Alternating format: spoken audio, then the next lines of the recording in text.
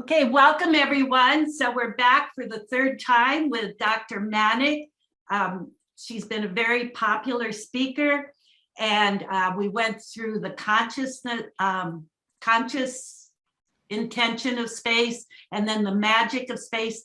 And then she's continuing today with the magic of space, but adding in Buddha's relics. And so I've heard her talk about and read about this, so it's really interesting. So good morning. I'm not going to go through her whole resume because you can go back and see part 1, part 2, and then part 3, because they just build on each other. So good morning, Dr. Manek.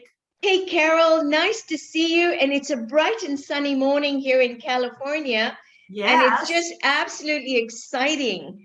This is where things get really, really great and juicy. Okay. It's part 3, because, you know, in science, we've always put the truth on the shoulders of science. It has always been that we look for answers. Right. Any human dilemma in science, we look at numbers and statistics, and we try to decipher. I call it bottom-up science. Mm-hmm.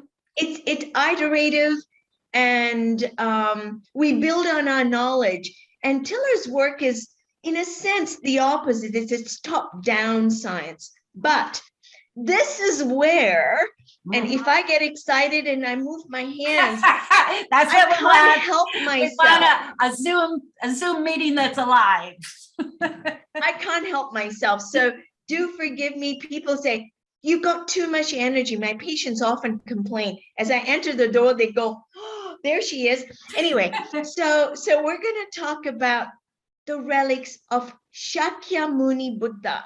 Shakyamuni Buddha is Gautam Buddha, the historical Buddha, the Buddha that we know that set off this amazing spiritual pathway. And the Buddha's relics really give us an opportunity that is so rare to answer our question around consciousness. Mm-hmm. So here is Dr. Tiller, right, the physicist from Stanford, a material science and engineering expert. He and I teamed up together for many, many years. And I used to meet with him every Thursday. I left the Mayo Clinic really because I knew in my bones that the Tiller's work opens the doorway to a much bigger toolkit in medicine. Okay. We're going to get there. We will. And Tiller lays the mathematical foundations, the numbers, okay, to why this works, this intention and consciousness in medicine. So we're building on chemistry, all right? And really, Tiller's work gives the foundation, the bridge to the ancient teaching that the kingdom of God is within you. You are in the image of the Lord. Okay, I use Shiva. Shiva is my deity. I love Shiva and his teaching. Shivaism is the original, you might say, yogic teaching. He is it in Hinduism. And from Shiva comes Krishna, Lord Rama, and many others. Right. So my whole endeavor to study medicine was, I thought medicine is the way to understanding human capacity, the body. I quickly realized, and I was at the best ivory tower of conventional care, and we did good work, no question about it. But I was missing this piece of spirituality. It was a big gap, and Tiller's work really bridges it, all right? And my book, Bridging Science and Spirit, and I really hope that your followers, Carol, will get this, because we're giving you bits and pieces today to give you the overall direction. But if you study this book, it will give you the real foundations. After all, Carol, we're talking about the invisible architect. And I want the foundations of understanding. And the knowledge should not be dead knowledge. The knowledge should be alive. of possibility. Okay, we're Several not people Homo have told sapiens. me they've ordered it, so, Oh, good. yeah. So the question is, how do we bridge between consciousness and its tool, which is intention, and its effect, okay? Which Mhm. is really measuring absolute effects of intention in a lab, okay? And this is where Tiller really excels, because he did something quite courageous Mhm. and genius. And that is, he tested his own intention. He realized you can't do this using brain imaging and MRIs. We're going to bypass all the material stuff because consciousness is invisible. Mhm. And so he made a decision to test his own intention. And this cartoon from my book, Bridging Science and Spirit, he used his expertise in material science to ask himself, can my intention change water? Okay, so he uses this pen and paper to make this invisible thought into something physical. Mhm. Then he added something very magnificent. Thy will be done is the Lord's Prayer. Thy will be done, O Lord. Not somebody else's will, but thy will be done. Not my will, Mhm. but show me the truth. And this is a very powerful thing that hit me when I wrote the book. The editor pointed it out to me that, Nisha, this is the Lord's Prayer. And until that, Tiller never shows off. You know, he sort of writes, and we used to look at these intention statements. And when I wrote the book, the full import of what Tiller had actually done hit me hard. And it stays with me forever. This is a Sort big of gift. like by saying that you're grounded in time and space. You're He bringing grounded the it in, yes, it is a link, exactly. that divine power. Mhm. And this lab, physical material, we're Right. bridging it. Thy will be done. And ask the truth in any intention that you write. I want to win the lottery. Mhm. Show me the miracle in that, oh Father. Okay, I mean it, because we start like that, right? We start with abundance. We start with things that we want. Me, Nisha Manek, wants this. And I came with that attitude. And since then, Carol, I'm glad to say it has changed and evolved. So you learn and you grow. That's Right. okay. Yeah. Mhm. So Tiller realized that his very unique scientific protocol, you cannot just intend for a glass of water to change the pH of this. He needed to really imprint his intention as a repository in a device. People get hung up on the device. I discuss this at great length in the book. I want you to know that your intention can impact this little plastic device. So now people have asked me, just because we've had two other things. So they've gone online to the Tiller store, and there is one of these. Yes, yes. And so IUD, UED. Unimprinted electronic Exactly, device, a UED, right, yes. So they wanted to know, is it like really necessary to have that? So at some point, like to kind of address that, because they were considering buying it after listening to you and stuff. Okay. Well, let's address it now. Okay. So the device was designed in the 1990s, and you'll see it's very simple circuitry, and I have unassembled, and it's a simple Radio Shack type of thing, literally. And the idea was that other laboratories, other physics laboratories around the world could replicate this. So could you use this? Absolutely. Could you use another object? Absolutely. Okay, there's And the Tiller answer. makes the point, you could imprint the shirt on your bag. You can imprint crystals. Right. Quartz crystals are very powerful, by the way. They hold the Right. information very effectively. But the crystals can also hold negative information, and Tiller became sick by experimenting. So like the crystals, I know, because I have so many quartz crystals and stuff, that you have to, they have to be cleansed periodically. Yes, and use kosher salt, and you cleanse the crystals, absolutely. I don't use crystals, okay? I'm not an expert, but I do use the Tiller devices. I have several. And as we go through the program, I'll show you how I use them. And then And one I other use them- thing, just like, so for different, like to condition your space, you could have one, and then you'd have another one. So each one would have their own objective. Yes, you can, absolutely. Mhm. And Tiller, and you know, so although this sounded, when I first came across Tiller's work, Mhm. I thought, why use a device? I couldn't see the potential of it because I thought it was frivolous or unnecessary. But how do you know to change some material very robustly? You're talking a whole full pH range up or down. Right, Does it take a day or a week or a month? I mean, and Tiller says, I can't hold an intention and hold it for weeks and months.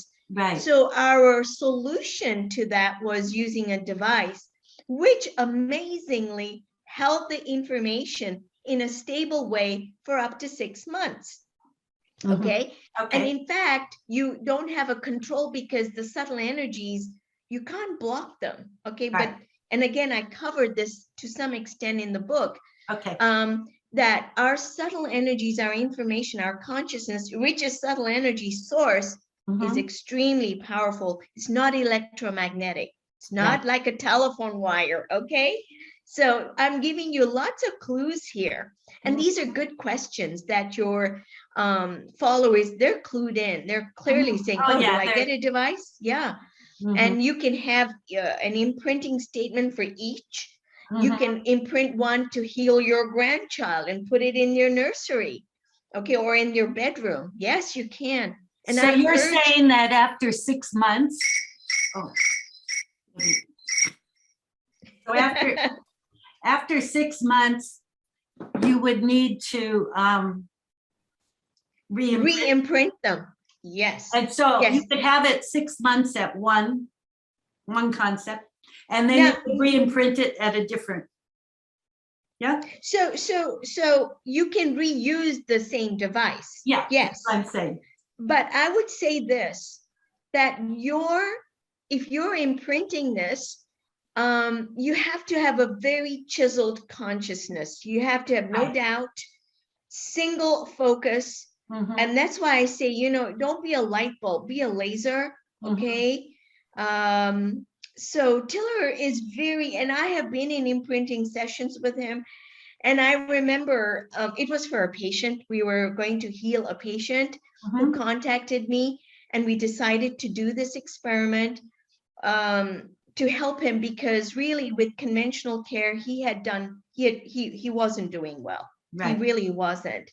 And after $1 million workups and x-rays and MRIs and medicines and biologics, when he contacted me and said, I know you do energy and some information thing. Can you help me? I'm at my wit's end. Right. And I approached Tiller, and Tiller says, you know, you need to be very clear with him that this is not FDA approved, Right. and that, you know, there's no guarantee. Mhm. And he's a lawyer, by the way, in the Twin Cities in Minnesota. And we did do it.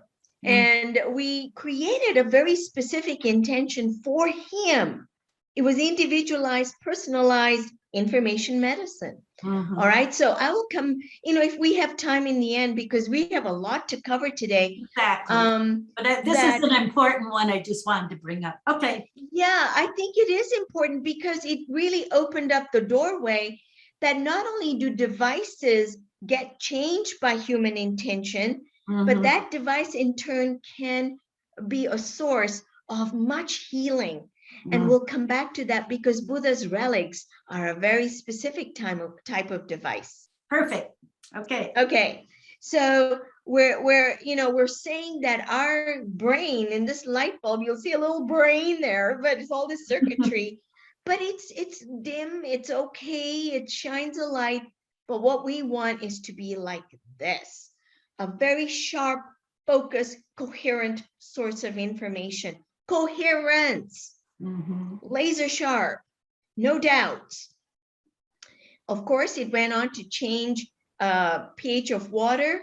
And here's the summary of the data of Tiller's intention to change water by 1 pH unit up and 1 pH unit down. Now, part 2 has this. I'm not going to go over the graph again.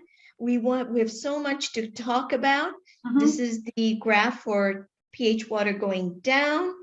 And this is the beauty. Tiller, not only when you do target experiments like this, it's not just your attention on the target and collecting the pH unit over time. You want to look at the ambient conditions of the lab itself, okay? And he did that. And he noticed something very peculiar.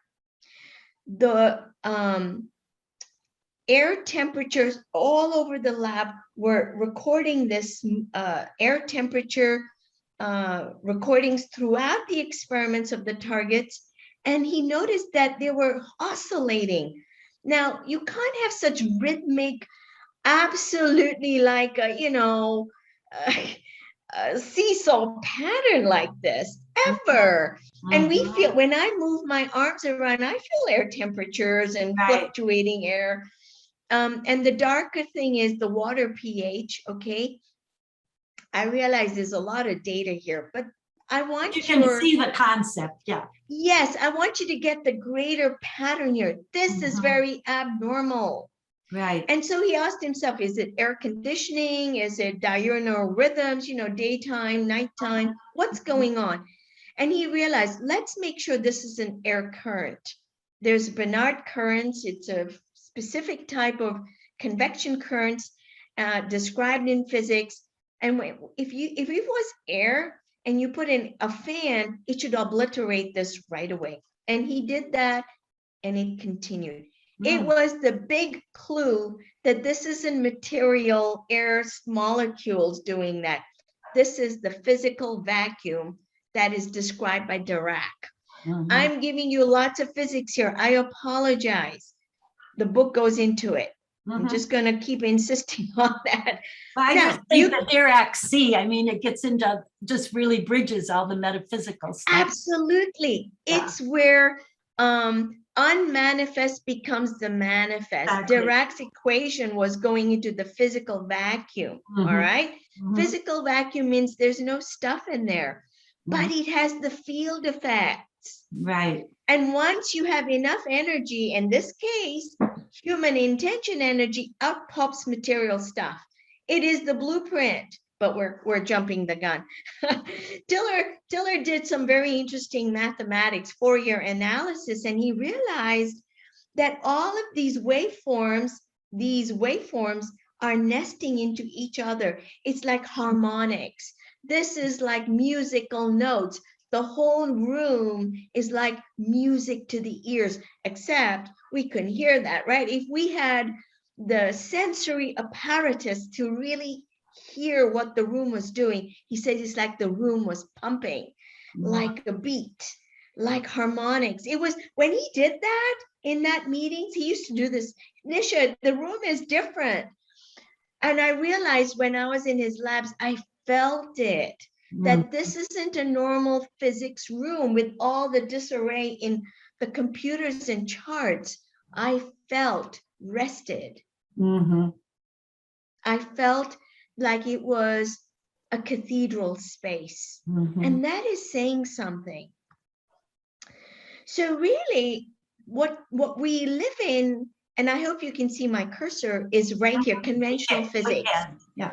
Okay, conventional physics. And when Tiller's intention is taking effect, you see that the curve goes up to a new physics. This is normal space. The conditioned space is that rhythmic up and down seesaw, and it's enhanced reality. And this is what he's describing, that new physics. Okay, and over time, over a few months, we were really operating in a very new physics, and the materials in that space exhibit totally new behavior, like the water pH. It's not normal anymore because we didn't add chemicals, we didn't electrify the water. It's in this space, right? And it has new hydrogen ions. Where did that energy come from? Ah, that's where we're coming to. Okay. So this is the thing about it. I hope you can see it, that Tiller made the connection that as the water pH changes, that is your indicator of how much that space is conditioned, how much that space is elevated. And he calls that reciprocal space. This is direct space, ordinary physics, and reciprocal space, or R space, okay? And the water pH is our indicator, and that becomes relevant as we go on. So reciprocal space is higher energy. It's a thermodynamic pump, and energy always flows from high to low, okay? That's the gradient. That's universal law. And intention, Tiller's intention, information brings coherence. It orders that physical vacuum. We saw, here we are. This is very ordered. It's not helter-skelter. Right. This is like boom, boom, boom, boom, Right. okay? Let's go back here. So it's very high energy. It's ordered, and it's a source of energy, thermodynamic energy to do useful work. So let's go right into the Buddha's relics now, okay? This is what I call top-down science, what Buddha's relics teach us about consciousness. I love that picture. Yeah, you know, I mean, this is slightly misleading, Carol. You know why? Because this Buddhist Lama monk has all of these electrodes fixed on his skull, which is really incorrect. It should have been fixed on his heart. Okay. It's not mind over matter, it's heart over matter. And I always used to make this point to Tiller, and he says, "You're right on, Nisha." But I use this because it's such a lovely Exactly. picture. All right, so consciousness is not in your brain, Carol, but I use it. So this is what happened. In 2009, my world was upside down. It just went haywire, okay? And I write, well, I may be exaggerating a little, because in actuality, my world really turned upside. It was right side up. Everything I held about consciousness, all my answers that it's in here was actually questioned. All my answers were questioned. I had to go back to the board. And it really came to this, Buddha's relics. It was in 2009 that I visited the Gutta Monastery in Minneapolis, okay? And until then, I always thought consciousness was in the brain. Finding the mind was in the body somewhere, okay? It was in the head. Right. And really, we come back to this question, do the following items have a mind? These are the relics. They almost look like little objects, like little pearls inside the dish. This is a high resolution picture of Buddha's relics. Look at this picture. You're being blessed just by gazing at it. Don't think that consciousness needs eyes, ears, nose, and a mouth. You're looking at it. I mean, what are the Buddha? Oh, where did those come from? They're coming from Gautam Buddha. These objects are more than 2,600 years old. Wow. Okay, they're the original relics of Buddha. And I will explain what happened. Okay. So here I am. I'm going to this Gutta Monastery. I see the relics. And actually, even before I saw the relics, I entered the doorway. And this is what I felt. Immediately, an intense state of awareness or presence, as though the Buddha himself was present. I published my experiences in the Journal of Alternative and Complementary Medicine. It's a journal, a medical journal in 2012. All right, so this is from that journal article. The state is nonverbal. Nobody's talking to me. It's vast and profound. It's so exquisite, like a gentleness, and yet like a rock. it was like being in your mother's embrace, okay? Really. There was a silence and a state of peace that seemed limitless. And for me, the sense of time ceased to exist. It was timeless. And my mind naturally, without effort, just went into complete emptiness, complete quiet, no thoughts. It was profound. And as I watched looked at the relics, I'd made my way to the table.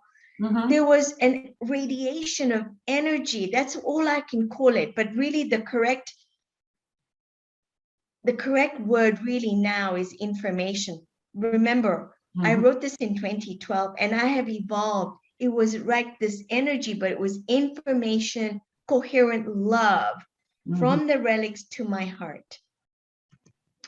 It was private, personal, and conveyed an immense sense of oneness or unity with everyone and everything. Wow. I fell to my knees. Okay, I was so moved. It had no counterpart in ordinary experience. All I can say is it's like being hugged by your mother or by your grandmother. Unconditional lovingness. Unconditional.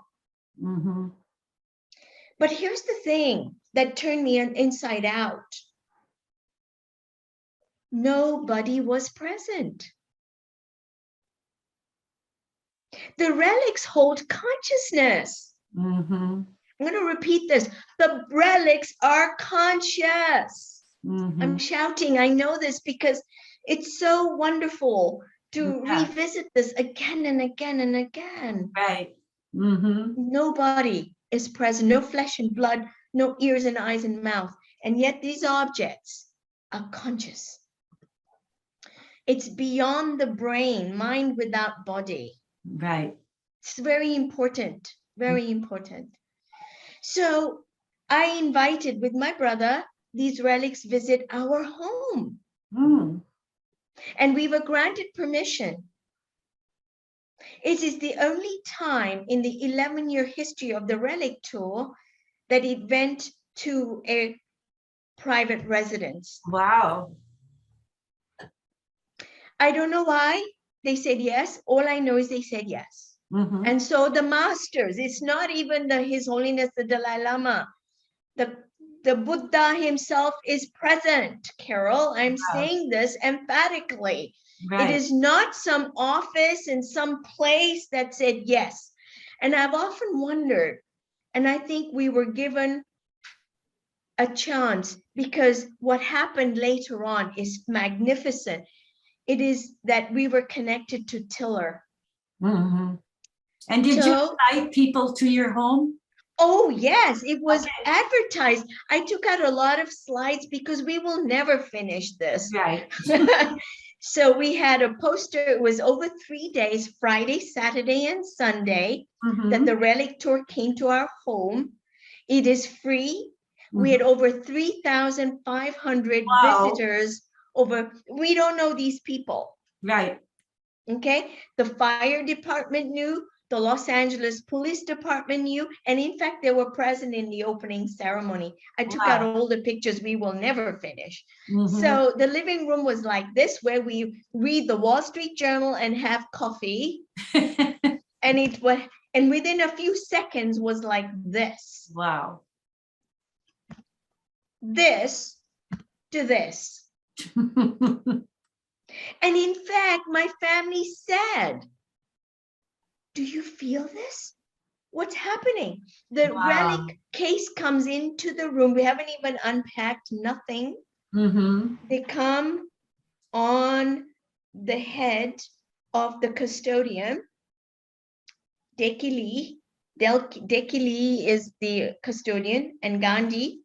They both came with the relic case on their crown chakra. They come into the room. There's the door here. They stepped in. Whoa. And I remember being so staggered with the change, instantaneous. Remember, and I will come back to that graph again, okay? Mhm. So it felt like the Westminster Abbey. And you know what happened to the light bulbs in the kitchen and the toaster? It blew out. Wow. And Dickie Lee said, don't worry, the space is being cleansed. It is very high energy, and things will actually bust and needed replacement. Don't worry, go do it. So the instruments and things in that space behave differently, okay? So which brings us to this picture that, Carol, I know you've Love talked this about one. this. Yeah, I have it on my computer on the top. Yep. A week before the relics came to our home, it was in a Vietnamese temple. Mhm. And this picture is very, very important and very relevant. There was a photographer, okay, in that relic tour to take pictures. And, you know, she had a brand new Canon camera, and she's taking pictures, and she was looking through the camera lens, being very upset and disturbed. So my brother approached her and said, "What's going on?" And she said, "When I look around the space, it looks normal, you know, the lights, the Right. relics, and the flowers. I can see everything. But when I look in my camera, I see lights, I see things that are not there." Right. And my brother said, "Can I take a look at your picture, what you just took?" My brother immediately got it. He says, "Do not delete this picture. Yeah. Your camera is capturing something, because the space Mhm. and the things contained in this space, your camera is now different. It is able to show people something unusual of the space itself." And here, Mhm. look at this camera. And because of the PowerPoint, some of this is cut out, but you'll see on the lower left, there's a strong band. Oops, hang on. There's a strong band of gold, which Yeah. then goes into a sharp band, and they're bright lights. And then it really goes into the sharp band, and it's blessing this nun. Right. She's making a water offering on the Buddha here. This is a Buddha of abundance, by the way. Okay, it's a water offering. She's pouring water, and she's holding the Buddhist way of saying hello. Okay, to her heart, she's got her fingers curled, but she's really holding her hand, her left, in namaste, namaste, and saying hello and offering Buddha some water, sacred water. This is with saffron. And look at these lights. Wow. Yeah. And inside these lights are brighter lights. And when I showed it to Deki Lee Aldershaw, she said, "These are all the Buddhas blessing this nun." And if we had a very high resolution picture, there is the essence of each and every Buddha in this band of light. Wow. Do you have that? No, we did not have this was only that, photographer's pictures. I see. But Deki said that if we had a really super Exactly. duper camera, that you would have Shakyamuni, Ananda, Madgalyana, Milarepa, Marpa, all of these Buddhas. There are 42 masters, and as the relic tour went, we have many more modern masters too. And I urge everybody again to get my book, that they will understand that this is happening now. The tour is not happening, but these relics are radiating their unconditional loving kindness all the time. And I'll tell you why as I talk. Now, this one that's coming up here, like it's you can't see that, but the one that's coming up, from the table. And then when I looked and studied, there's other little ones starting to grow, just like it. Yes, yes. And so you're right. So this next two pictures I've never shared in a talk. Carol, you're seeing these for the first time. They're quite private, but again, the camera is conditioned. Something about the instrument in that space where the Buddha relics are exhibited start to capture amazing things. Wow. So this is Amanda Karga. She's one of the other relic tour custodians. And in another relic tour, you can see people were taking pictures, and we don't say no. Right. We're allowed to, because Buddha is not belonging to you or me, or it is a universal theme. Right. Look at So that. Amanda sent these pictures to us. Thank you, Amanda. Amanda is a custodian. She used to accompany the relic tour for some of its tour in North America. This is the young lady here. And she sent these to us, but look at these pictures. I know. Wow. Look at this. This is so beyond orbs. This is very beyond orbs, and orbs are part of it, okay? Yeah. Orbs No, are but I mean, you know intelligent. how you see, but yeah. So what happens here? So here we are. The relics are in our space. It's like this, okay? And I took 11 tiller devices. Wow. I had 11 of them. Uh-huh. I ordered them. Right. And they came in a shipment from Arizona, from Walter Dibble. And so the question was this, and I got an intuition. It was my intuition. It wasn't really me. I remembered the day I jumped up and I told my brother, we have to imprint the tiller devices with the energy, the information when the relics are here. And you know what? We don't even need permission. We don't need permission for this. In other words, we could imprint the relic, and if it doesn't work, then, you know, Buddha is saying, no, we're not ready for this. Exactly. So I took 11 tiller devices and imprinted them. Okay, hold on. I put them alongside the relics. They were just there, 11 of them under the table for the 3 days that they were there. They were just left undisturbed. I didn't do anything special. I didn't write an intention. The action of my willingness to put the devices there and with joy see what happens was all the intention that it needed. It didn't need you know, please imprint the device. I didn't do anything. So do the Buddha relics change the physical gauge state? I mean, the gauge state is a physics term of the physical nature of the space. In other words, does the relics condition the space? And I told you it does within seconds. It doesn't need weeks and months. Right. Okay, it was within seconds. But here's the thing that I really wanted to test. Does the Buddha relic imprinted device, now it's called imprinted host device, IHD, does it change the water pH? And how fast does it do it? Okay, this is what we're going to look at now. Okay.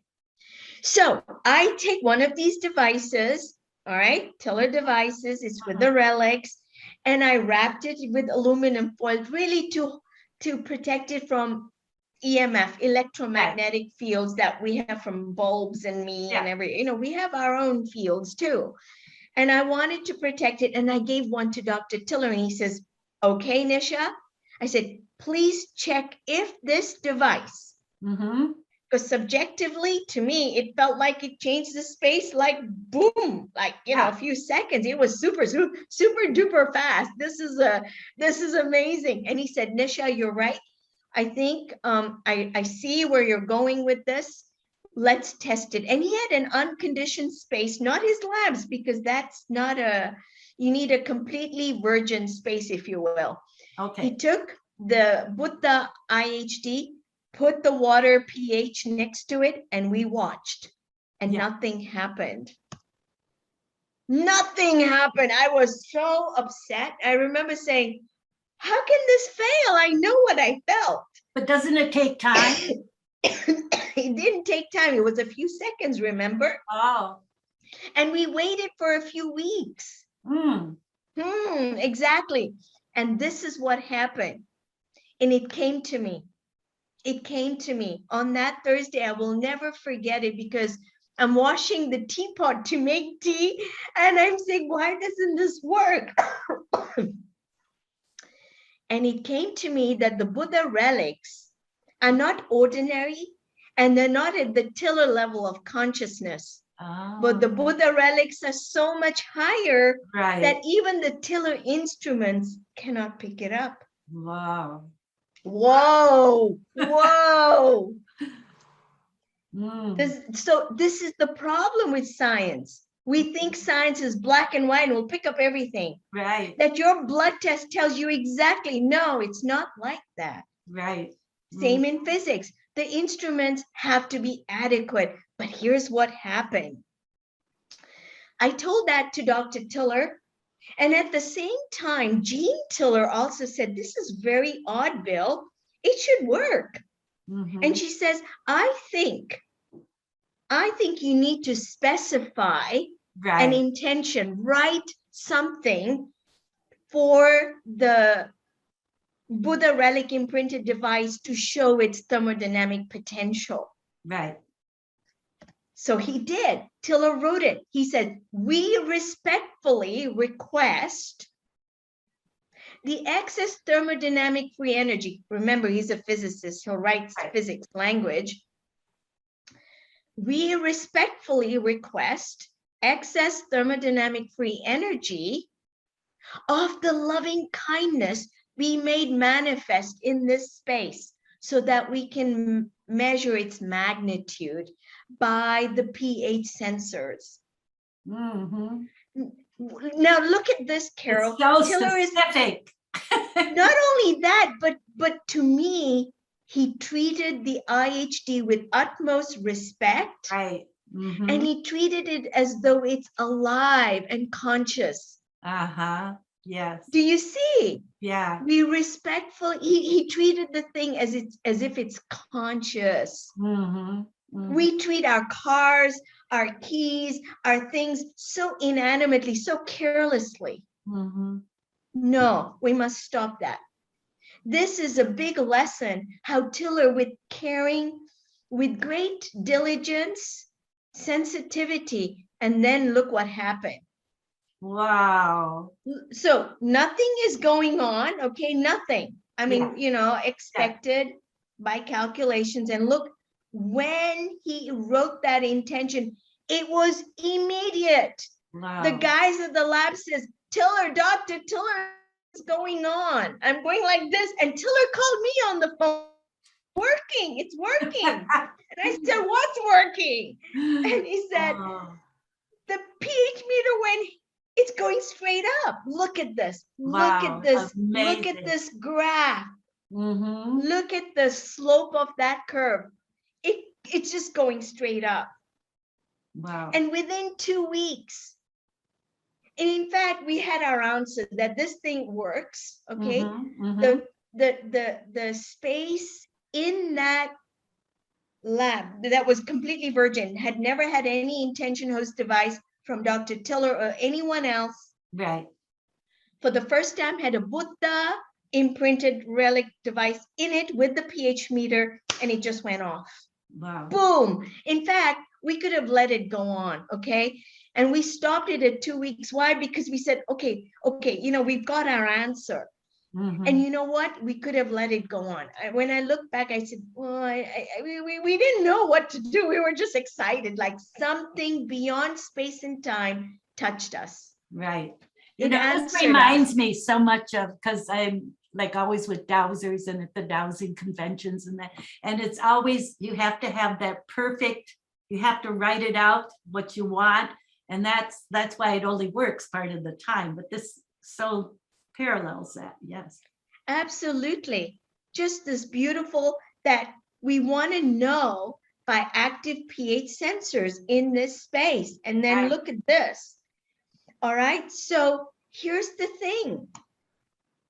That space wasn't even Tiller physics. And I put an arrow because it was just still going up. The Buddha relics are way over here, Right. I mean, it's just awesome.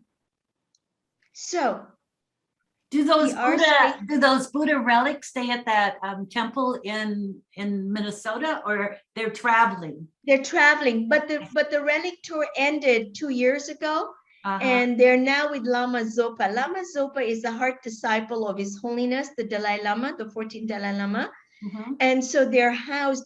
And the idea is this, that a new Maitreya Buddha statue is being built in Kushinagar. Kushinagar is where the Buddha passed away. Okay.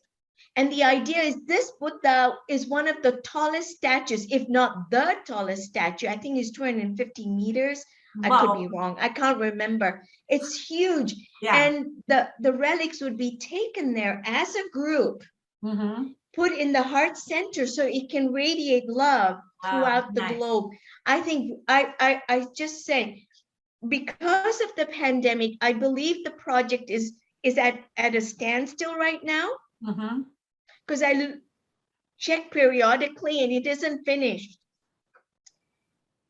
I think it's so necessary. Yes, I do too. Okay?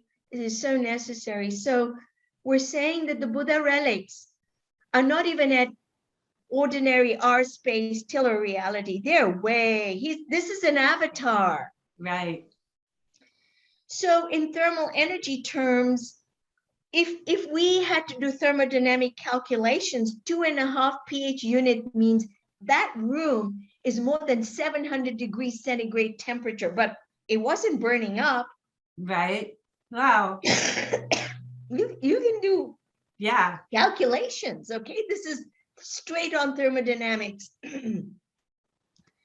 No, what happens is that Buddha relics bring coherence, information to the vacuum of that space, so new manifestations occur.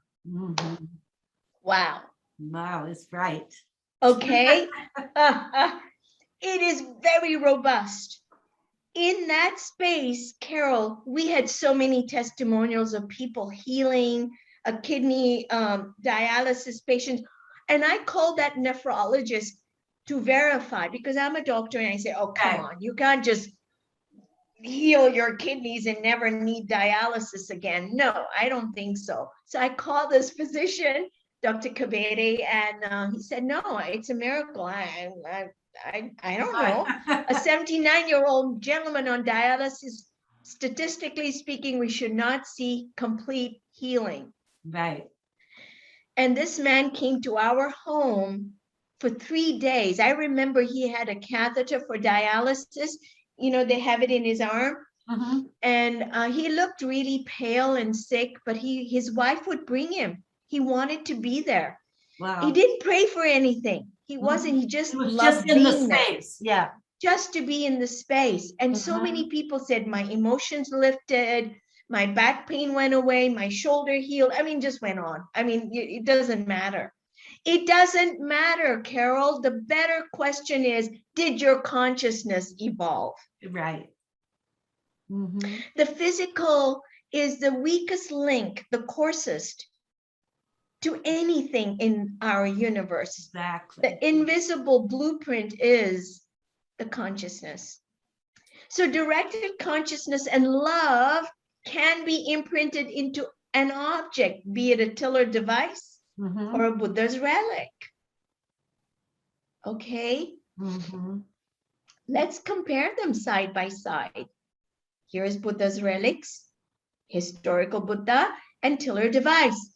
This relics are a very specific and very high, like the Rolls Royce of devices. Now, I want to clarify for people. So when the Buddha passes, these are left. Are these like the ashes? These like little pearls or something? Right. They were sifted through, and they still survived. In fact, there are more and more and more. Okay. Oh. So they multiply. There are rainbows around them. Again, I had pictures. I haven't put them. Yeah. If you do not revere them, they'll disappear. I see. Okay. Wow. Yeah. They're really. Oh, wow. Got chills on that one. Yeah, they multiply. Okay. So these are the blood relics. They're very powerful. That's why I say, look at them. They're a gift. We honor them. For me to bring this to your audience is not a small thing. You have asked me very specifically, Carol, And you have said again and again, I love the picture of that band. That Right. tells me take time, show them, because they hold this in a special way. They'll be blessed. Mhm. Just by having this in your consciousness, you're changed forever. Right. So the relics are a very high Rolls Royce, you might say, of a device. And the tiller used to say, Nisha, we're like the Henry Ford car. You know, in future, you'll make better and better devices. And I remember saying, I don't know what you mean, but he was right, you know, Mhm. the Henry Ford car. And I think in the book, I put a Pagani car. Pagani is a very, very high-end Italian roadster. It was a fun thing. I was anyway, so the Buddha's relics are wrapped and protected. They're kept in these little containers in this case, which has a kata, scarf, and designs that are really sacred. Okay, they're kept and put properly. And the tiller device, we wrap in aluminum foil, you know. Right. It was transported from city to city on an airplane or a van that takes it from Minneapolis to New York, to all of these cities. It came to Los Angeles, to Manek home. And tillers, again, in a FedEx airplane sent to Plymouth, Minnesota for its express. I mean, you can see the parallels here. To me, Right. it was like, yeah. Now, did this have anything to do when the Dalai Lama came? I think it was 2010 or 11. Was that part of that? So the Dalai Lama, when he came, do you mean to the Mayo Clinic?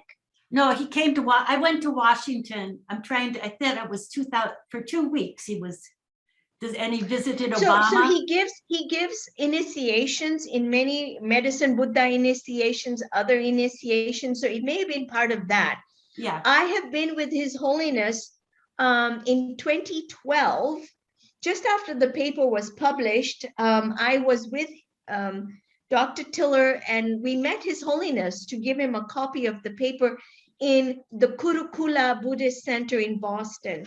At that time in Boston, the relics were also there.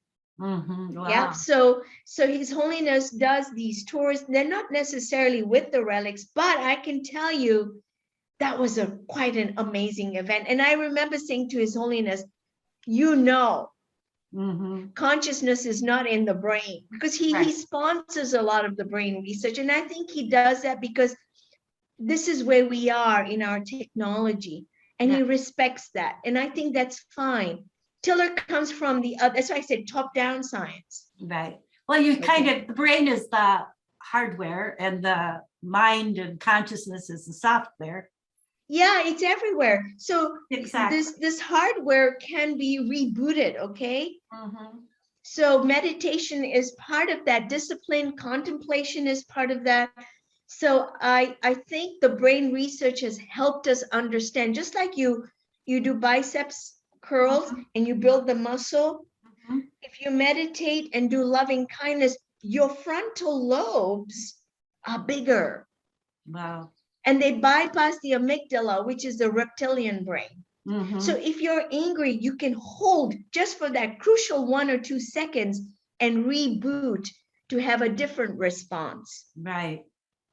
Wow. Now, the relics of the Buddha, when we were in that cathedral space, you could see that as the people came into the room, their faces changed. So this was very quick. You didn't need therapy. You didn't need to lie down on a couch and take medicines, or it was very different. This is healing of a very, very high kind. Exactly. Okay. So I think this is information medicine of loving kindness. Okay. So not to make small of brain research. It is absolutely essential.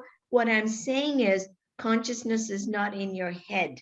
Right. We're looking at a very different vital point. And that was the point I made to His Holiness. Okay, well, that the relics are showing been an hour already. Huh? It's okay. Let's keep going. We're towards the end. Okay. We want to finish with the invisible architect, which is where you come from, Carol. Yeah. I hope that's okay. No, that's fabulous. I just wanted you to know, because last time you had an appointment.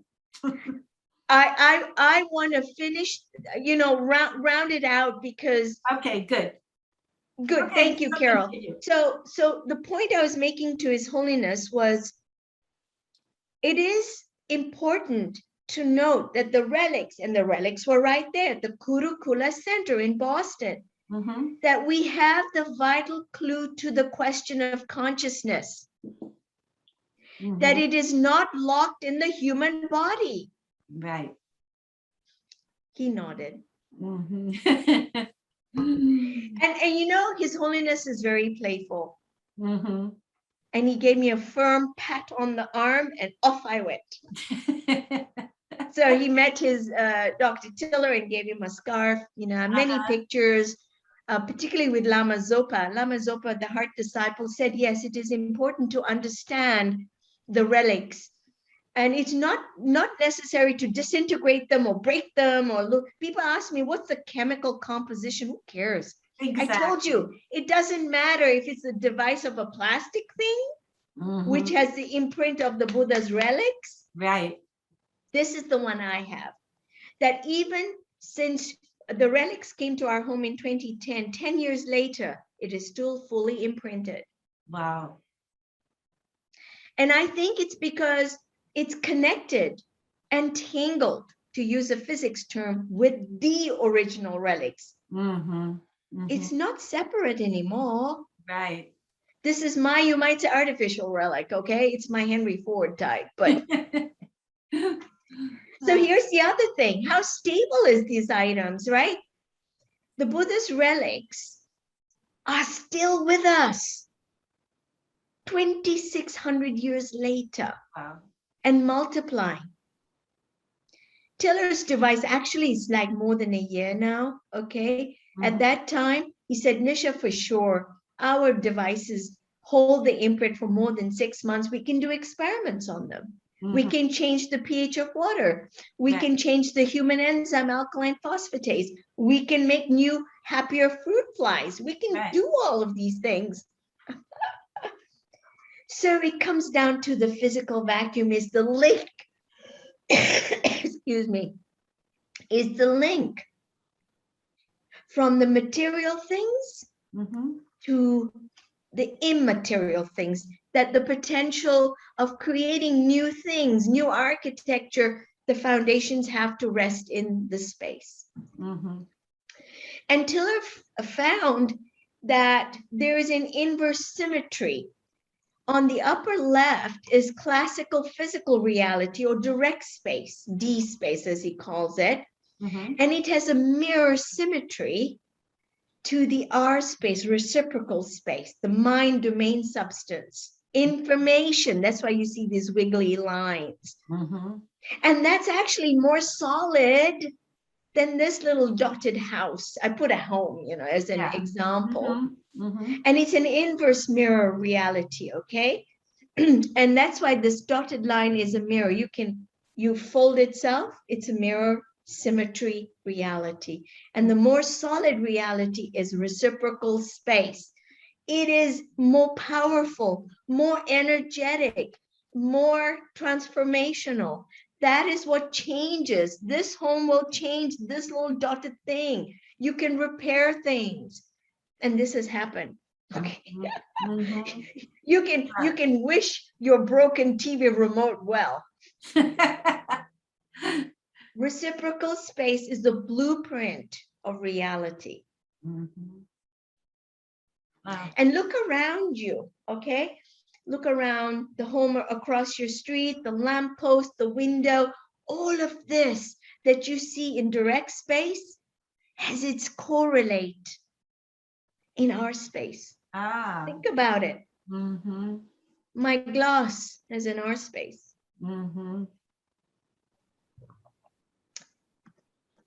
So when we talk about space, we have to think in gauge symmetries. I know we have not talked about it. We'll take forever we'll have a week-long conference. But the gauge symmetry are just, a physics nomenclature to describe space, okay? And space is where the force fields exist.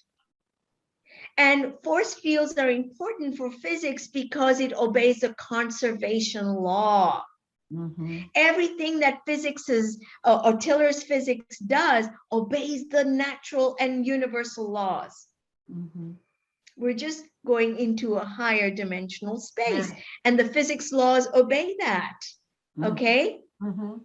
We look at it as though it's magic, but it's really higher physics, and it still obeys the laws. So this is where I think, Carol, you and I talked earlier before we got on the call, is that, and this is what Dr. Tiller and Jean did, a very fun experiment. I'll explain this in a moment. Tiller and Jean says, okay, we can really change the physics lab and make water behave in a very specific direction. Can we do this in Arizona, in our Scottsdale home, and regulate the interior temperature of our Oh, home? yes, this is so Okay. good. Yeah. And so they imprinted a device to hold the interior temperature of their home at 72 degrees throughout the year. And he says, you know, Nisha, we saved on our energy bills. Yeah, I bet. I thought, oh, this is fantastic. So this is the UED experiment that your people can do, or you can imprint a crystal. You can imprint things. I mean, the device is useful. There's no question about it. They can buy one from the Tiller Institute. You need a lot of meditation practice to be able to do that. Okay, Right. I just want you to know. Right. Another way some people have used the device, just to give you an idea, is that I gave a opening lecture, or it was during the launch of my book in Hamline University in St. Paul. And it was hosted by Master Chunyi and he's a Qigong master. And a lot of the audience know about these subtle energies. They were very interested in my work as an MD, and, you know, working with subtle energies with Chunyi Lin. Wow, you know, maybe we'll learn something. Right. And some of these folks came up to me and said, when we do Qigong as a group, could we capture that amazing energy and information in our room into a device and use it? I said, bingo, you got it. Exactly. Because once you're having a group dynamic, it's very multiplied. Right. Tiller, you often has 2 or 4 people in that table, right? So I think you can do one person, but it's hard. If you have a group, you really pump it up. And Tiller says, we're creating sacred spaces all the time. We're creating them, and then we come back the next day, we pump it up. We come back the third day, we pump it up more and more and more and more. And that's how sacred spaces are created. Well, you All have right? the observer effect, and then if it's just an individual, the difference with the group observer effect, it's a whole different dynamic. Oh yeah, it is multiplied. And you're making me think about the double slit experiment by the observer effect, that, you know, when you shoot electrons, you know, when you have measuring instruments, the wave pattern is very different than when no one's observing it. It's very odd, and physics has never really quite reconciled that. Yeah. The double slit experiment. And Tiller, you know, has the opinion. I know we're a little bit off track here, but it's very interesting. He says, you know, those slits, Nisha, those are our space. The things that go through that are not being directed. They think it's the same slit, but it's not. The human intention has affected that.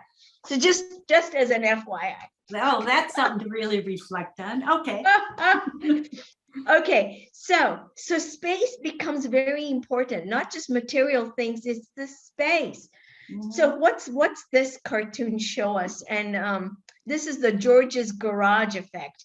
Tiller says, okay, imagine somebody in his garage tinkering with, you know, a machine that really is extra energy machine, 100%. Right. Because any machine is less than 100% efficient. Okay, it's just the rule of physics. We lose some all the time. We lose it to entropy. Right. We lose it to disorder and friction and all those. That's entropy. So he says, imagine somebody in his garage lovingly working on this invention night after dinner. You know, he goes into his garage, tinkers with this, tinkers with it, and over a couple of years, by Jove, his machine actually works. Mhm. And it is 100% effective and energy efficient. He's so excited that he calls his friends, okay? And he demonstrates it, and he says, the friends go, oh my God, this is amazing. We could create a company and make lots of money, all right? Because we want to solve the Earth's energy crisis. Right. But one of them wisely says, we should really have it independently looked at Mhm. by a different lab, okay? And this inventor agrees, George agrees, and they take it to this independent lab in the next town, and it doesn't work. Were the conditions the same? No. No, they were not. Well, Because this reminds me George, of he Keely. had pumped up his space in his garage. Exactly. In his space, this machine will work. Right. That's the key. And you know, I have seen this, and I'll give you an example of where this has happened. And I've raised this point in medical conferences. When you are going to study a very talented healer, Mhm. okay, a master healer, and the NIH has done this kind of work, they want to take the healer out of their environment and then stick them in a lab in the NIH, and Mhm. it isn't the same. Mhm. And they call it a failed experiment, but the healer had no chance to pump up the space in such a short time, unless you're Buddha. I guess Buddha could do it, or somebody. But these experiments fail again and again. But if you go into their healing centers, Mhm. into their office space, it's very different. And people often say, when I come into your room, I feel better. You Wow. haven't said a thing, but I feel better. I look forward to coming and relaxing into your space.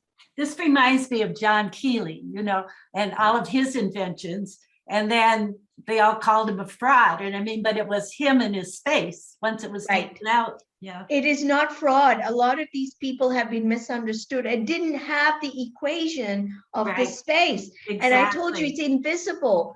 And you really need to have sensitivity, and you need to have pH meters, and it's a lot of stuff. And you need to have good mathematics. You need to know Right. Fourier mathematics. You need to know thermodynamics. And in our super specialized world, and people are not interested, they go into here and they want quick fixes and all of that. Mhm. But this demonstrates that human intention works, Right. and it won't fail you. Mhm. You are the creator of new things, and we will get there if we can make that decision collectively, not Right. to fall asleep. Mhm. So here, George, with his heart, pumps into his space, direct space, lifts it to reciprocal space. There's Mhm. greater energy, and rare events are more probable, which looks like magic. That's all it is. Mhm. So intention works in your home. Brighten the corner where you are. Brighten the corner where you are. Right. Okay? Heal it. Use a device or gather. Matthew's teaching, where two or more are gathered in my name, there am I also amongst them, right? In their midst. It's a biblical teaching. So with love, go into your home space, into your office space, into your NICUs and hospitals and clinics. Mhm. We can create these spaces, not just with pictures and plants. Those are Right. essential, fine. But the actual physical vacuum can be pumped up. Mhm. And you can reduce negative side effects of medicines and chemotherapies and all these meters and things. Right. This is why I think Tiller unlocked something quite amazing. Yes. The Power of the Buddha's Relics, that paper, I know, Carol, you've got a copy Right. of it from my website, nishamanekmd.com. It's still there. I've been meaning to switch out for another That's paper. good. You said it was going to disappear, so I quickly got it. It's still there. I have, Okay. you see, the thing is to get the proper website up and about with my Right. my web designer. So all of these are things in the cog, and I think it's meant to be up there still or something, because it is there. It's still Okay. peer-reviewed paper, and it's rare for this to come about free like this. So get it, or post it on your website. Okay, Yeah, I I'm happy will. for that. It's free. When I want send out about the talk and that, and at the video, I'll put it on there. yeah. The link. Now, talking about talks and all that, I am going to be speaking on an integrative medicine summit. It's free. I'll send you the link. It's not put on my website yet. It has to be done by my web designer. I'll send the link to you, Carol. Okay, perfect. And it's from October 24th to the 26th. So next week, actually. Yeah. And I speak on the power of human intention to heal. Perfect. I cover very briefly the Tiller physics, but I actually unlock the 7 steps to setting a powerful intention. Okay. It's not something I've ever done before, because I felt it was a distraction, but now I realize it's not a distraction. People don't know how to, go into their heads or into their hearts and really look at what they want deeply, and to how to write it out and how to surrender the outcomes. And so I've put 7 steps in this talk. Okay. Perfect. And I'll send you the link. So that's put it on your website. I will. Yes. So it's free to register. The summit is completely free. And my talk, I believe, is on the Saturday, which is whatever date it is. Okay. Let's see, 27. Yeah, I thought it was on a Saturday. Well, anyways, one of these days, Carol. I was just looking. The 26th is Tuesday, Wednesday, Thursday. So it's Tuesday, Wednesday, October 24th to the 26th. Oh, 24th. Oh, wait, it's the 24th is coming up next week, Carol. It's Sunday. Okay, then it's a Sunday. Yeah. Boy, I better send it to you now. This is it. So much is going on. All I know is I'm speaking, okay? And I better, and the host is in Sydney, Australia. Very, very amazing person. And it was geared towards rheumatology. I'm a rheumatologist, rheumatoid arthritis. And Clint Patterson, his name is Clint Patterson, is the host. He is the host. He has my book, and realize, wow, this is beyond just lifestyle and vitamins and probiotics. I need Dr. Manek, and he contacted me, and I said, absolutely, I want to spread the word that I think people are more powerful than they think, and this is a step in that direction too. So anyway, I'll send you the link, and please feel free to put it on your website. Yeah. And I better get cracking on my website. But anyway, thank you, Carol. Thank you. This was just brilliant. I have to go back and listen again. So, but thank you for these 3 interviews. I think they really help people, and, several have the book now. So it's good. Yeah, thank you, Carol. You've been so generous to me. I really want to say how delighted I am. I'm just myself, and I'm flailing my arms about. And that's why we like lively interviews. Okay, thank you. Thank you, Carol. See everybody next week.